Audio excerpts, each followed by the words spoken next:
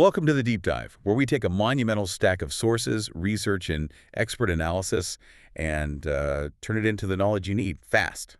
Fast is the goal. Fast is the goal. Our mission today is, well, it's profound, but it's also incredibly practical. We are decoding the fundamental laws that govern all human learning and behavior. All of it. Seriously. If you've ever wanted a genuine shortcut to understanding why people, including yourself, do what they do, this is it. We are diving deep into applied behavior analysis ABA and pulling out the core principles that dictate, success, failure, habit, and choice. And that grounding is so vital because the objective of this whole scientific endeavor is it's way bigger than just observation. We're moving beyond just describing what people do. The ultimate goal here is to achieve an understanding of socially significant behavior at three essential levels: rigorous description, reliable prediction, and ultimately effective control. Control being the key word there. It is. The field itself is based on this radical, almost counterintuitive shift in perspective. It involves, like our source material says, almost literally a matter of turning the explanation of behavior inside out. What does that actually mean, though, turning it inside out? It means we stop looking for these vague internal causes like willpower or feelings, and instead we start focusing on the external, observable, environmental variables that cause the action. Okay, so you're flipping the script from what's inside to what's outside. Exactly. That's a powerful framework. We've got a really robust stack of material today, and our roadmap is designed to build this understanding piece by piece. Step by step. We're going to start with the difference between learned and unlearned behavior. Then we'll get into the core mechanism of action and reaction, the contingency, ABC. the ABC, and then we'll spend a good amount of time on what I think are the most common areas of confusion: motivation, consequences, and finally the specialized language of measurement that actually makes this a science. You can't have the science without the measurement. Not at all. So let's get into it.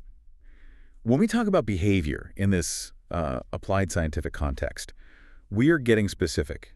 I mean, sometimes brutally so. You have to be. Our sources really emphasize something called the behavioral criterion. And this means we are only focused on the behavior in need of improvement itself. The actual behavior. The actual behavior. We don't study a person's verbal reports about their behavior or, their subjective feelings about their performance. We study the actual, observable, measurable interaction with the environment. That distinction it's just paramount. Let's say you are evaluating a program designed to, increase positive social interactions among a group of employees. Oh. You wouldn't rely solely on a survey where they rate their teamwork morale. Because that's a verbal report. It's a verbal report. It might be correlated with the goal, but the behavioral criterion demands that you directly observe and measure clearly defined classes of behavior. Things like the frequency of collaborative statements or shared task initiation or positive verbal acknowledgments. Things you can actually see and count. Things you can see and count. If you cannot observe the action and measure its dimensions, you cannot establish control over it. The behavior has to be an explicit, observable thing done by the organism.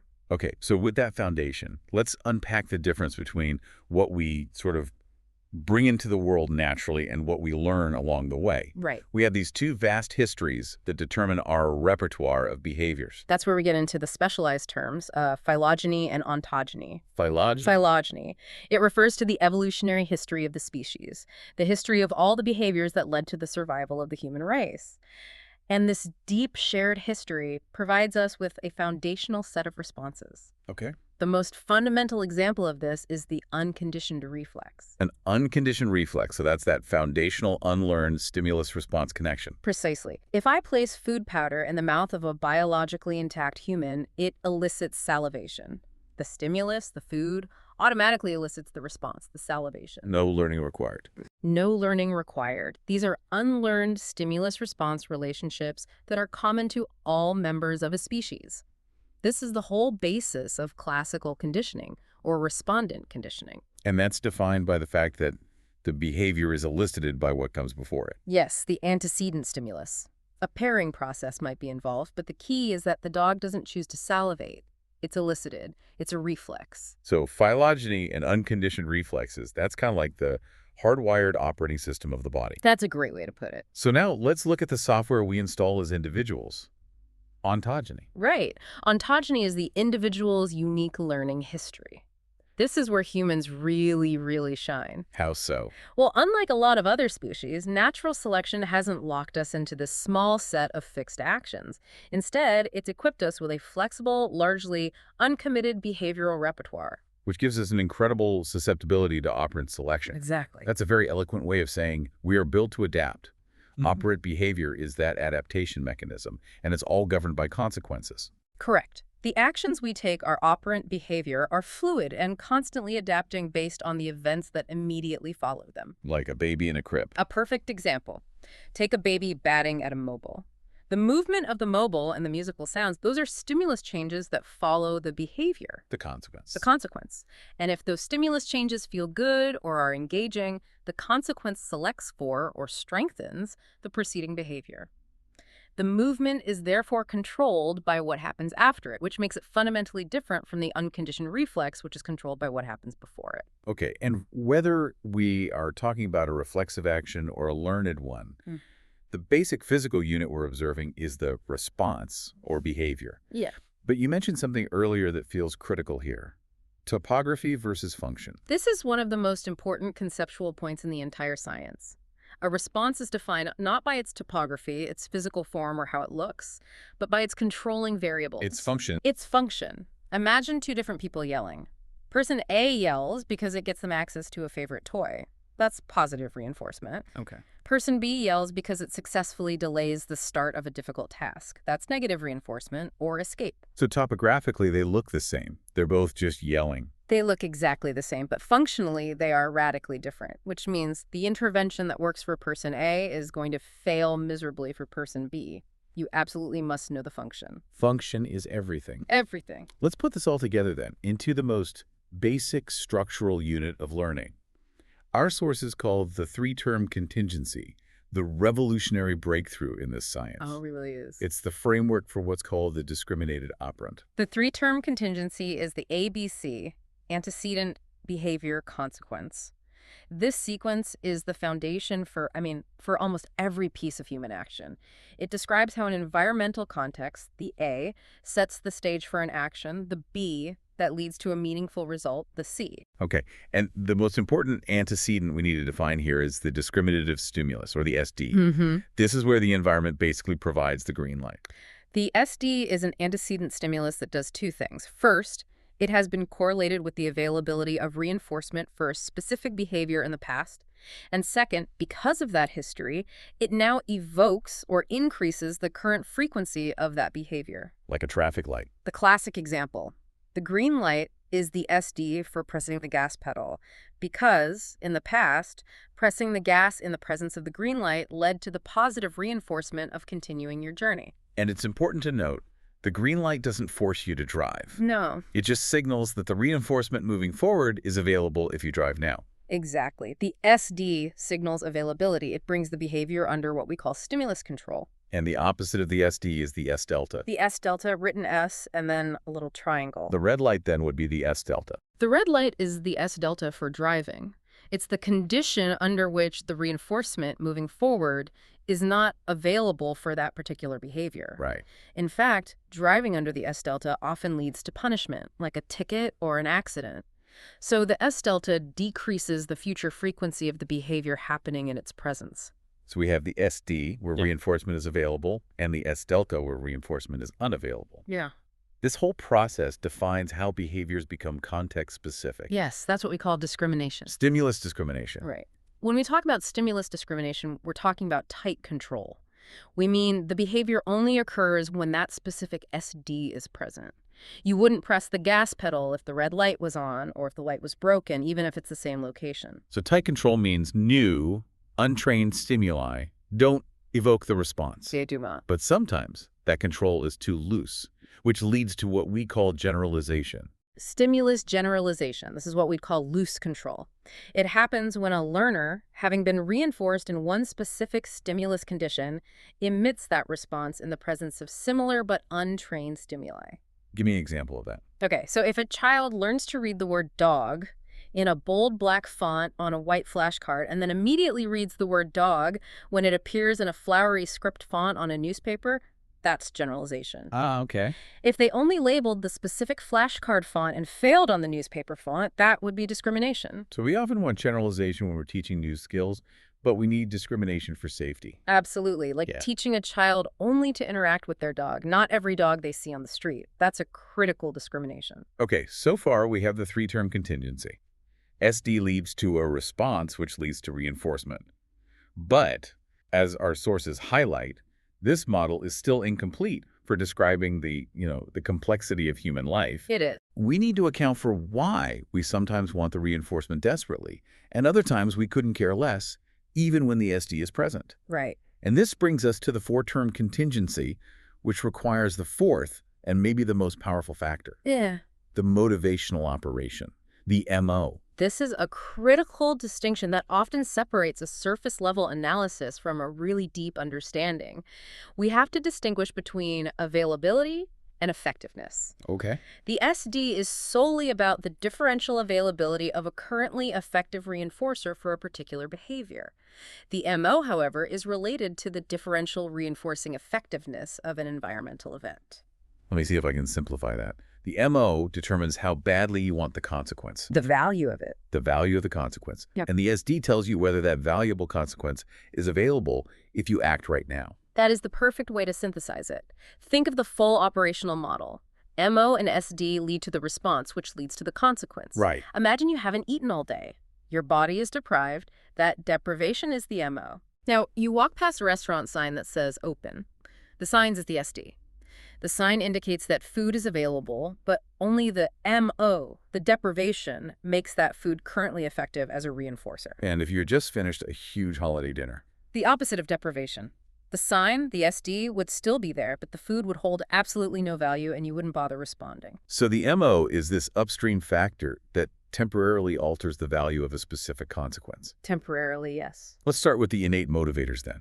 The unconditioned motivating operations, or UMOs. UMOs are motivating variables whose effects are innate. They don't depend on a learning history at all.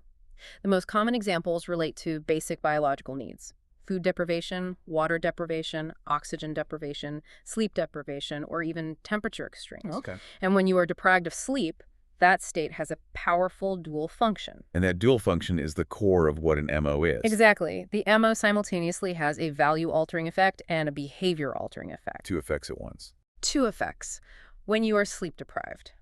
One, it increases the current effectiveness of sleep or related activities like rest as a reinforcer. That's the value-altering effect. Makes sense. And two, it increases the current frequency of all behavior that was previously reinforced with access to sleep or rest. Like lying down, canceling plans, or hitting the snooze button. All of those things. That's the behavior-altering effect, which we call the evocative effect. And these operations can push motivation in two directions, right? Up or down.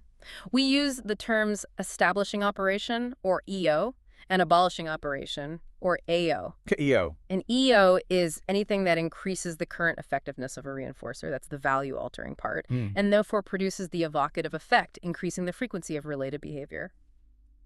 Deprivation of nearly anything, food, attention, social interaction, is a classic EO. So if a child is deprived of attention all morning, that deprivation is the EO. It dramatically increases the value of attention, And increases the likelihood they might engage in attention-seeking behavior. even if it's problem behavior. Even if it's problem behavior. Yeah. Precisely. Now, the opposite is the abolition operation, the AO. Right. The AO decreases the current effectiveness of a reinforcer. The classic example is satiation, having just consumed a huge amount of food or having received constant attention for an hour. So it abates the behavior. The AO results in an abative effect, meaning it decreases the current frequency of all behaviors that have historically been reinforced by that event.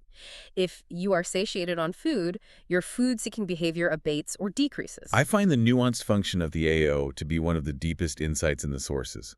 It has this dual function that seems almost paradoxical. It is a critical synthesis point.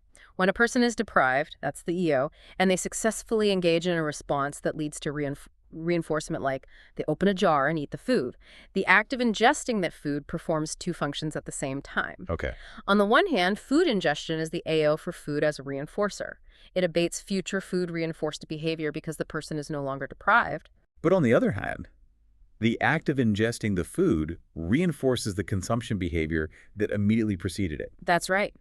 The successful completion of the eating sequence, opening the jar, bringing the spoon to the mouth, chewing, is reinforced by the immediate change in the internal state. So it's a feedback loop. It's a feedback loop that stabilizes successful chains of behavior. It ensures the continuation of the successful sequence of actions that led to the satiation in the first place, ensuring survival, even though the overall drive for food is temporarily extinguished. It's really elegant. Okay, so we've established that UMOs are innate biological drives. But as sophisticated learners, our experiences start to teach us what to want and when to want it. Mm-hmm. And this is where the power of our learning history creates the conditioned motivating operations, or CMOs. CMOs are motivational variables that alter the effectiveness of other stimuli, objects, or events, but crucially, only as a result of the organism's learning history. So these are learned motivators. They are learned. Through complex interactions, previously neutral stimuli can suddenly become highly motivating, making us want certain things that we wouldn't have wanted otherwise. Okay, let's break down the types of CMOs because they seem to reveal these deep truths about how our environment can manipulate our choices without us even realizing it. They really do. We start with the CMO transitive, or CMOT. The CMOT is best described as a variable that establishes the reinforcing effectiveness of a second stimulus, That's second stimulus. often a tool, a key, or an intermediate step, something that's needed to access the final primary reinforcer. It creates a demand for something that is required to complete a behavioral chain. So the motivation becomes not just getting the food, but getting the key to the food. Precisely. Think of a complex task at work. You need to fill out Form A to submit Report B, which is required to get Approval C. Okay. If Approval C is highly reinforcing, say, a raise or a holiday, the CMOT is the requirement for Form A. The necessity of Form A, the missing tool, becomes a powerful EO. Establishing the effectiveness of getting Form A as a temporary reinforcer. Just so you can proceed to the final step. It makes you want the form. That perfectly illustrates how a temporary lack of a prerequisite can become an EO for obtaining that prerequisite. Now, let's look at the CMO reflexive, or CMOR, this one. It sounds like it relates to avoidance. It does.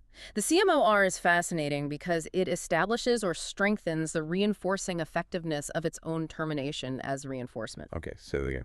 Essentially, if a specific stimulus is consistently paired with worsening, distress, or difficult tasks, that stimulus becomes a warning stimulus. Meaning that the presence of the warning stimulus is what motivates the escape behavior. Yes. The CMOR increases the value of escaping or avoiding this warning stimulus. For example, if a specific alarm sound in a workplace is always paired with the immediate start of an extremely complex, non-reinforcing, and frustrating task. I think we've all had jobs like that. Hey, right. That alarm sound itself becomes a CMOR. Escape from the sound, or successfully avoiding the situation that produces the sound, becomes highly reinforcing. It motivates behavior aimed at preventing the situation entirely. So the difference is clear. The CMOT motivates seeking or acquiring an object or tool necessary for reinforcement. While the CMOR motivates avoidance or escape from an aversive stimulus. Got it. And both rely entirely on our individual learning history. We should also briefly mention the CMO surrogate, or CMOS. Okay. It's often considered less behaviorally significant in applied work, but the CMOS is a neutral stimulus that acquires the characteristics of a motivating operation through being paired with a UMO or another MO. For example. For example, if a specific song always plays when you are intensely hungry, that song might eventually take on the motivating power of food deprivation itself. We've established the full environment structure, the MO and the SD, that sets the stage and dictates what we want. Now, let's talk about what happens immediately after the behavior. The consequence. The consequences. We have to start with the engine of all learning, reinforcement. When we define reinforcement, we use a behavioral definition, not a layman's definition. This is key. Right. Reinforcement has taken place only if a response is followed immediately by a stimulus event. And as a result, the future frequency of that type of behavior increases in similar conditions. So if the behavior does not increase in the future, it was not reinforcement. It was not reinforcement, regardless of whether the consequence was meant to be pleasant or a reward. That's the crucial distinction. Intent doesn't matter. Effect does. And we have two fundamental modes of reinforcement, positive and negative. Positive reinforcement occurs when a response is followed by the presentation of a stimulus or an increase in its intensity, and this presentation leads to an increased future frequency of the behavior. So getting praise, receiving money, having a light turn on. All examples of stimuli added to the environment. And negative reinforcement is often confusing because people equate negative with bad. They do, and it's a common mistake. But here, negative simply means subtraction or removal. Exactly. Negative reinforcement occurs when a response is followed by the removal of an already present stimulus, often an aversive or unpleasant event, and this removal leads to increased future frequency. Hitting the snooze button to remove the annoying alarm sound. That is classic negative reinforcement. Or taking an aspirin to remove a headache. Also negative reinforcement. Both actions, snoozing, taking the aspirin, are strengthened because they successfully terminate an aversive condition. Okay, before we get to punishment, we need to clarify the nature of the stimuli themselves, the actual consequence items. Are we born wanting them, or do we learn to want them? That leads to the differentiation between unconditioned reinforcers and conditioned reinforcers. Okay. Unconditioned reinforcers, or primary or unlearned, are stimulus changes that increase behavior frequency irrespective of the organism's learning history. They are products of phylogeny and relate directly to UMOs, Things like food, water, or comfortable temperatures. the basics of survival. And most of what we work for every day falls into the conditioned reinforcer category. Most of it, yes. Conditioned or secondary reinforcers acquire their function only because of their prior pairing with other established reinforcers or punishers, often through a process that's similar to respondent conditioning. Like a handshake, a diploma, or even a specific tone of voice. All of those become reinforcing because they have been consistently paired with powerful primary or other learned reinforcers. And the king of conditioned reinforcers has to be the generalized type, which really fuels modern society. That would be the generalized conditioned reinforcer. Money, tokens, or points on a rewards system are the prime examples. And they're powerful because They're powerful because they have been paired with a wide variety of other reinforcers. This pairing makes them resistant to satiation. You might get tired of chocolate, but you rarely get tired of money, because money can be traded for an almost infinite variety of other reinforcers. Okay, now let's flip the script to punishment. Again, we're using the scientific definition. Yeah. It's about the effect, not the intent. Punishment is defined by its effect. A behavior is followed immediately by a stimulus change, and as a result, the future frequency of that behavior decreases. If the behavior doesn't decrease, it was not punishment. And just like reinforcement, we have two modes. Positive punishment is the presentation of a stimulus that decreases future behavior. Common examples include the presentation of a painful stimulus, like stubbing your toe on a table leg, or the presentation of an aversive social stimulus, like a firm verbal reprimand delivered immediately after a mistake. That reprimand is a stimulus added to the environment that serves to suppress the future probability of the preceding behavior. And negative punishment is the removal of a stimulus that decreases future behavior. The two main negative punishment procedures are response cost and timeout. Okay. Response cost involves the removal of a specific amount of reinforcement, losing tokens, having to pay a fee, or getting a parking ticket. You lose something you already had. And timeout. Timeout is the removal from a reinforcing environment or the loss of access to specific reinforcers for a set period of time. Its effectiveness is completely dependent on how reinforcing the environment the person is removed from actually is. The time-in environment. Exactly. If they are removed from a non-reinforcing environment, timeout is irrelevant. It does nothing. Now, our sources emphasize an ethical consideration here that is just fundamental to the application of these principles. Yes, the ethical code is very strict. Reinforcement procedures are always prioritized. If punishment is implemented, and it should only be considered a default technology when less restrictive options have failed. That's a last resort. A last resort, and it must always be used in conjunction with a functionally equivalent reinforcement procedure.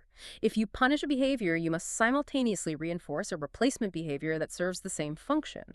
Practitioners must always prioritize the least restrictive alternative that will still be effective. Okay, so we've established a single instance of a consequence, the ABC. But behavior rarely happens in isolation. Right, it's a stream. It occurs across time, which brings us to the patterns of interaction, the schedules of reinforcement. If we want a skill to last, we can't just reinforce every single response forever. No, that's not how the real world works. And that's where intermittent schedules of reinforcement, or INT, come in. On an INT schedule, only some occurrences of the behavior produce reinforcement. And the power of these schedules is? The power is that they maintain high, steady rates of behavior and make that behavior highly resistant to extinction. We classify them based on two criteria: whether reinforcement depends on the number of responses, which is ratio, or the passage of time, which is interval. Let's start with the ratio schedules. These are, they're probably the most powerful in generating high response rates. They are. Ratio schedules require a certain number of responses before one response gets reinforced. We have fixed ratio, or FR, schedules, which require the exact same number every time. So FR5 means every fifth response is reinforced. And what does that look like?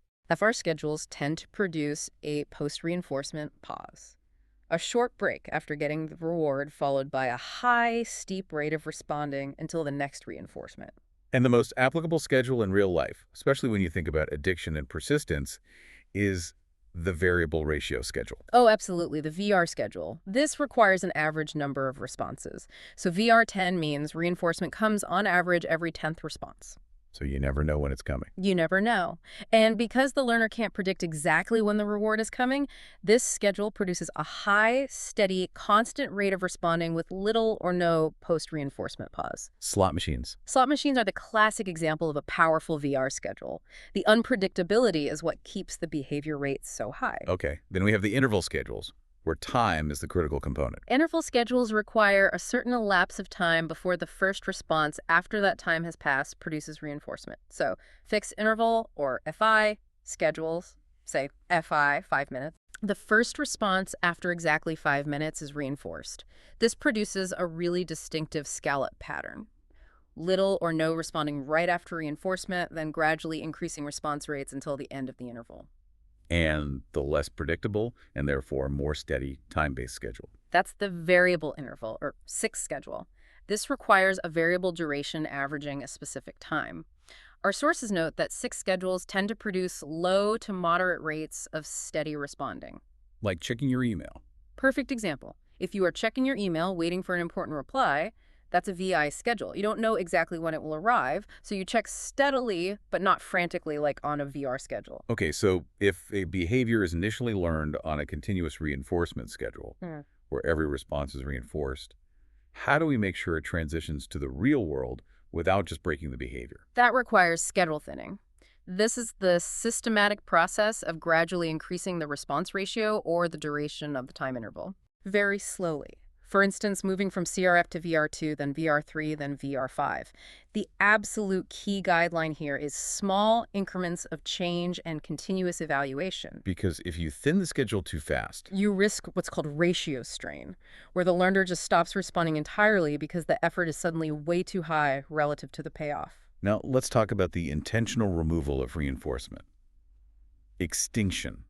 This is where I think a lot of people fail in trying to change their own habits or a child's behavior. They do. They think ignoring is extinction, but it's much more specific than that. Extinction is the procedure of withholding the reinforcers that maintain the behavior.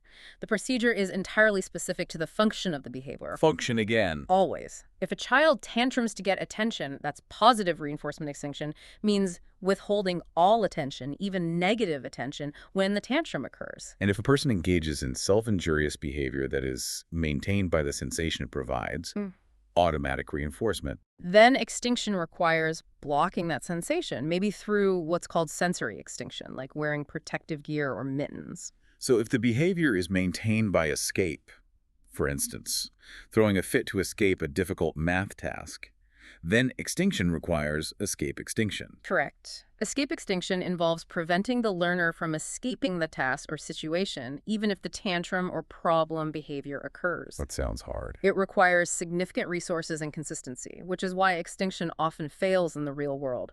People cave to the behavior because they just can't maintain perfect consistency. And when extinction is first implemented, the situation often gets worse before it gets better. That is the famous and critical side effect, the extinction burst. This is a temporary but often dramatic increase in the frequency, duration, or intensity of the target behavior, Or new behaviors pop up. or the occurrence of novel, emotional, or aggressive behavior right after extinction starts. The organism is essentially trying harder because what used to work is no longer working. And if you give in during the burst, You've just provided intermittent reinforcement for the most intense version of the behavior, making it even harder to extinguish later.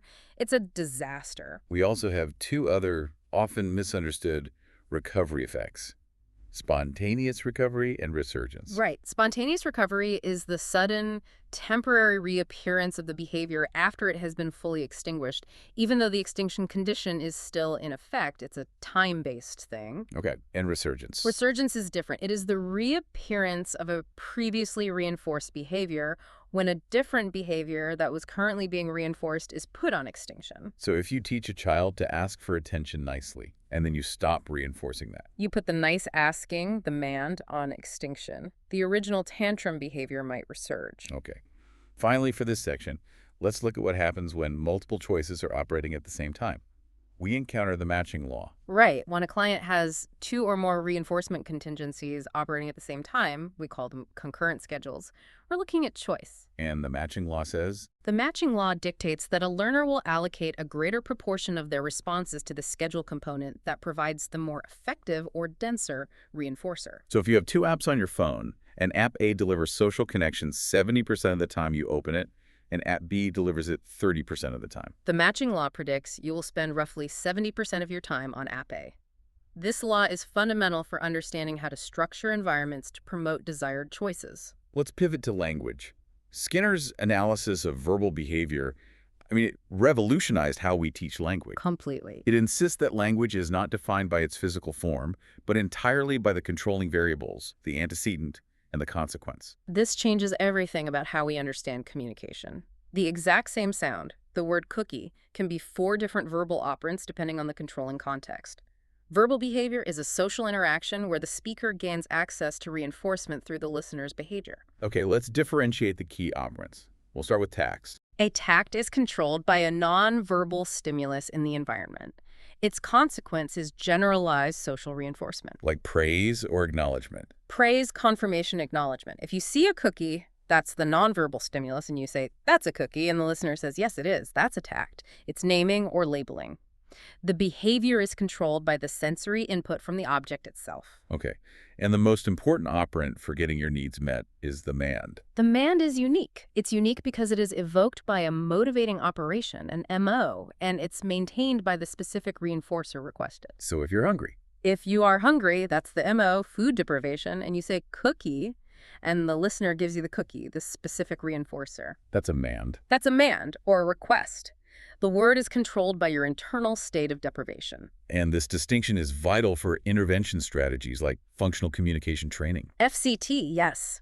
FCT is an antecedent intervention package, a form of differential reinforcement of alternative behavior, or DRA. And it's designed to. It's designed specifically to teach an appropriate communicative behavior, usually a man to compete with problem behaviors that are evoked by an establishing operation. So instead of a student throwing their task materials when it gets hard, We teach the learner to sign break when the task demands are high, the EO for escape. By reinforcing the man with the specific item requested, the break, the man replaces the problem behavior. okay. The third major operant allows for conversation. The intraverbal. Intraverbals are evoked by a verbal stimulus, but crucially, the response lacks what we call point-to-point correspondence with the antecedent. Meaning the words don't match. The sounds don't match exactly. This is what allows us to answer questions, fill in the blanks, or engage in complex dialogue. If I say, what's your favorite color? And you say blue, my verbal stimulus evoked your response, but the sounds are different. Right. And finally, let's talk about how the learning of these tasks spreads. Verbal extensions.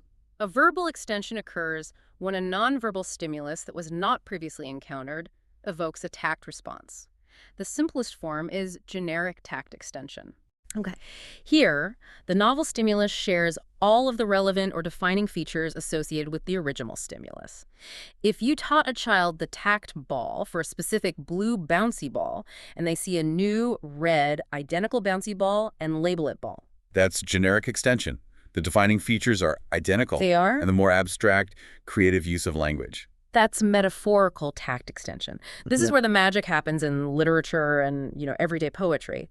The novel stimulus shares some, but not all, of the relevant features of the original stimulus. Like describing a voice as gravelly. Perfect. The sound shares some features with the rough texture of gravel, but obviously not all of them. This shared feature, even if it's abstract, is enough to evoke the response. Like everything we've just discussed, the power of the MO, the effective reinforcement, the need for schedule thinning, it all just collapses if our data is faulty. Completely. Measurement is not just a tool, it is the absolute bedrock of the science. Our sources establish that trustworthy data requires three essential indicators: validity, accuracy, and reliability. Let's start with validity. If your measurement is not valid, accuracy is meaningless. It doesn't matter how well you measure the wrong thing. Exactly. Validity means measuring the right thing, this socially significant behavior, measuring the right dimension, like rate or duration, and doing so under the relevant conditions. If your goal is to reduce workplace conflicts, but you only measure the frequency of eye contact, your measurement system is invalid. You are optimizing the wrong thing. Okay, so validity ensures we are looking at the right target. Once we know the target is valid, we have to ensure we are observing it correctly. That's accuracy. Accuracy is achieved when the observed values, the numbers you get from measuring the event, match the true values of the event. Right. If a clinician records 20 instances of a behavior, but the true count, which is verifiable by a perfectly controlled video, was 30, the data is inaccurate. And that's dangerous. It is, because it leads to flawed treatment decisions. You might conclude an intervention is successful when the behavior is actually getting worse, or you might abandon an effective intervention based on inaccurate failure reports. So accuracy is about hitting the bullseye. What about reliability? Reliability is about consistency. It means your measurement yields the same values across repeated measures of the same event. We often assess this through inter-observer agreement, or IOA, Where two independent observers measure the same thing. simultaneously, and then compare their results. High IOA suggests consistency, which is a strong indicator of reliable measurement, even if the true value is unknown. If the data is wildly inconsistent reliable one day, unreliable the next, it tells you that your measurement system itself is unstable.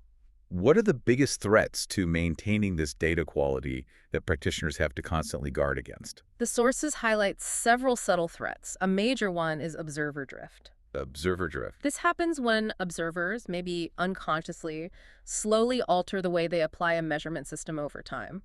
What started as a precise definition of aggression, like it must include physical contact, might slowly drift to include loud verbal threats because the observer finds it easier to score. And that invalidates the whole study. It does. And what about the phenomenon where the act of measurement changes the thing being measured? That is reactivity. This is most likely to happen when observation is obtrusive. If a person knows they are being filmed or watched, their behavior will temporarily change. Right. This is a threat to the validity of the data because the recorded behavior might not be representative of their behavior in a natural, unobserved setting. We also have what are called measurement confounds, like the sheer complexity of the system you're using. If the measurement form is too cumbersome, observers will inevitably make more errors, and that harms accuracy. Okay, let's get granular about the specific measurable properties of behavior. Behavior occurs across and within time, and this gives it three measurable dimensional quantities that serve as our raw building blocks. The first and simplest is repeatability, which is just the count, the number of responses emitted during an observation period. If a student raises their hand 12 times, the count is 12. Simple as that. The second one relates to time. That's temporal extent or duration. This is the total amount of time the behavior occurs from start to finish. We use duration when the time extent is socially significant. So a child might only have one tantrum. The count is 1, but if that tantrum lasts for 45 minutes, the duration is the more relevant, socially significant measure. And the third dimensional quantity relates to when the behavior occurs. That's temporal locus. This just captures the point in time a behavior occurs relative to other events. Now, when we combine or derive measures from these quantities, we get the derivative measures. Right. The first, and arguably the most important, is rate or frequency. This is a ratio derived by dividing the count by the unit of time, so responses per minute. Rate is the primary dependent variable for what we call free operands. Free operative being. Behaviors with clear beginnings and ends that can be emitted quickly, like bar presses, speaking, or self-stimulatory movements. So rate is the go-to. But when we look at temporal locus, we get two other critical derivative measures. We have latency, which is the time elapsed from the onset of a stimulus, like a teacher giving the instruction, please start your work, to the initiation of the response, the student picks up the pencil. And high latency could indicate. It often indicates either a poor relationship between the SD and reinforcement, or it indicates an avoidance function, negative reinforcement. Okay. And the pacing of behavior is captured by interresponse time or IRT. IRT is the time elapsed between the conclusion of one response and the initiation of the next response. It's inversely proportional to rate. So high IRT means low rate. High IRT, low rate. If you want to increase the rate of a behavior, like typing speed, you are essentially trying to decrease the average IRT. Before we move on, we have to address the artifacts created by time sampling methods, this so-called discontinuous measurement caveats. Yes, these methods, like partial and whole interval recording, are often used when direct continuous counting is impossible, but they generate false data that you have to account for. Partial interval recording requires the observer to mark an occurrence if the behavior happens at any time during the interval, even if it's just for 1 second. This method systematically tends to overestimate the actual proportion of time the behavior occurred. And the opposite happens with whole interval recording. With whole interval recording, the behavior has to occur for the entire interval. If a student is sitting at their desk for 59 seconds out of a 60-second interval, you score it as a non-occurrence. So this method systematically tends to underestimate the actual proportion of time the behavior occurred. Practitioners have to know which artifact they're introducing when they pick one of these methods. All this rigorously collected, trustworthy data has to be displayed effectively so we can make decisions. And the primary method in behavior analysis is the line graph. The line graph is the bedrock of visual analysis. It typically displays the target behavior, the dependent variable, on the vertical y-axis in relation to time or environmental condition, the independent variable, on the horizontal x-axis. And we use this graph to visually determine if a functional relation exists. A clear, reliable cause and effect relationship between our intervention and the change in behavior. And when we look at that data path on the graph, we're evaluating three critical properties. We evaluate level, trend, and variability. The level is the value of the data points, often summarized by a mean level line, though we have to be cautious about using means if the data is really variable. Okay. The trend is the overall direction the data is moving, increasing, decreasing, or showing a zero trend. We often quantify this with a line of best fit, or sometimes just eyeball it. And finally, variability. Variability is the consistency of the data. It measures how often and to what extent multiple measures within a condition yield different outcomes. High variability within a baseline condition usually indicates that the factors controlling the behavior are not stable or haven't been identified yet. So you don't have control. You don't have control. The goal in this science is often to achieve a steady-state, strategy-stable responding before you introduce an intervention, because only then can you confidently attribute a change in level or trend to the intervention itself. If the data is bouncing all over the place, you've got nothing.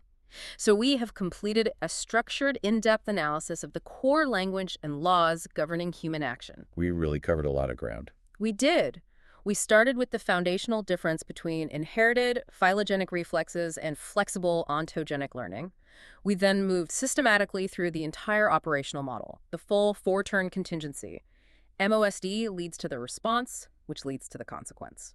And the power here is really recognizing that behavior is this mechanism of selection, driven entirely by environmental variables. It is. Knowing that the motivating operations are these temporary levers that shift value, that extinction has to be perfect and functional, and that reinforcement schedules must be thin for durability, this is the true shortcut to being behaviorally well-informed. That systematic process is what allows us to move beyond just assumptions and establish functional relations.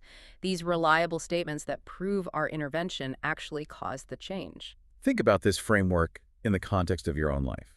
Every time you open a certain app, every time you put off a difficult task, every argument you get into, It's all being maintained by a consequence and evoked by an antecedent.